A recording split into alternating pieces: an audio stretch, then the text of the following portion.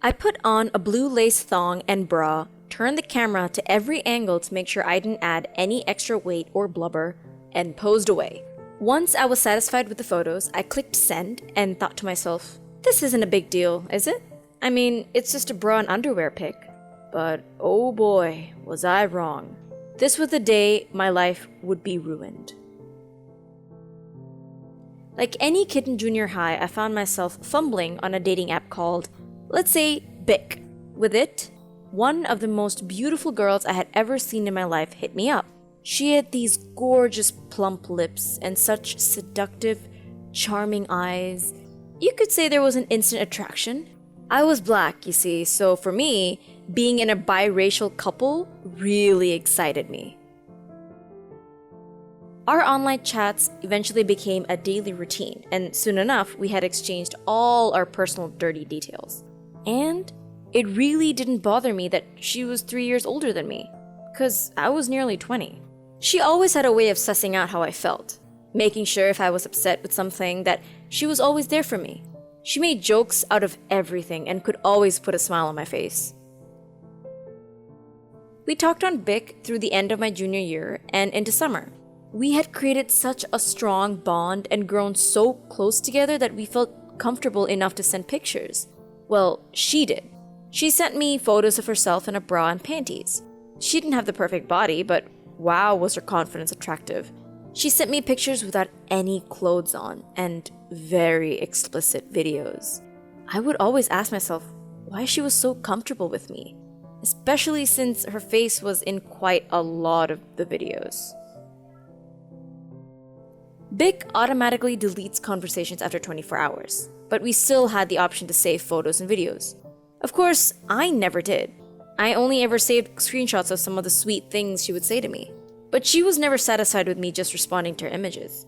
She wanted me to send some photos too, even though I was extremely uncomfortable doing it. She pressured me a lot by saying, "You're beautiful. Your body must be too." And I eventually fell for her praises and decided to send her a photograph. I put on a blue lace thong and bra, turned the camera to every angle to make sure I didn't add any extra weight or blubber, and posed away. Once I was satisfied with the photos, I clicked send and thought to myself, this isn't a big deal, is it? I mean, it's just a bra and underwear pic. But days went on and she began asking for more, guilting me into sending her stuff. And if I didn't send it, it meant I didn't care about her at all. Eventually, this behavior from her made me grow distant. It made me feel uncomfortable.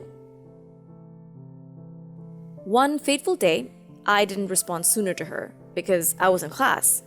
It had only been 12 hours and I had received almost 50 texts from her with the final ones saying, "Oh, you want to ignore me?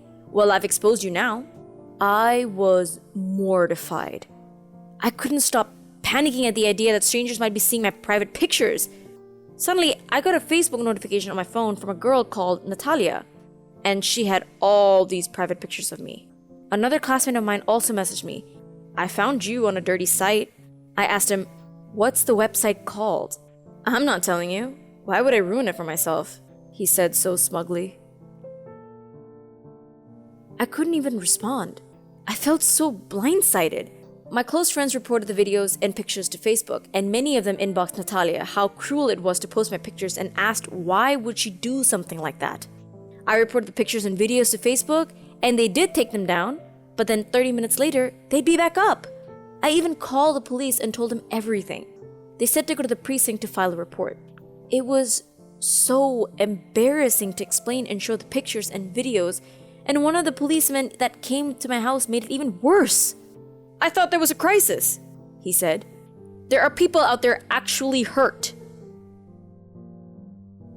After that, I called 311, the city's general number for complaints, and they kept sending me to different people over the phone.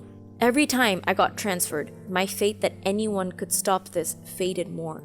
Finally, I was sent to a support group with other people going through the same thing. But I didn't need anyone to feel sorry for me. What I needed was for my pictures to disappear from the internet. I searched online for help and called number after number, becoming more and more desperate. I threw my phone, then myself onto the floor and started crying relentlessly. I felt my world was over. I went back on Bic and begged Sarah to stop posting my pictures. She told me to meet up with her at a park. I brought my best friend and her 2 sisters for backup in case anything happened. We sat at the park for 3 hours, but Sarah never showed up, so we left. When I got home, I got a message from her calling me a coward. She also sent photos of my sisters and me at the park. She'd been there watching us, and that creeped us out so much. It was clear that she was never gonna stop, and that I couldn't control anything. This nightmare is still going on a year later. It's affected me in different ways. I've become more negative about my body and even my facial features. I dislike my skin tone because when I obsess about how this happened, I ask myself, did this person pick on me because I'm black? Or was I just too stupid to notice she was playing me like a grand piano? She built up my ego, then messed it up. It's so frustrating not to know anything. I ask myself about everything. Was this her plan before she hit me up on Bic? Who is she? And what was Natalia's goal? Why is this happening to me? I truly hope one day that I'll find a solution to this and find my happiness again.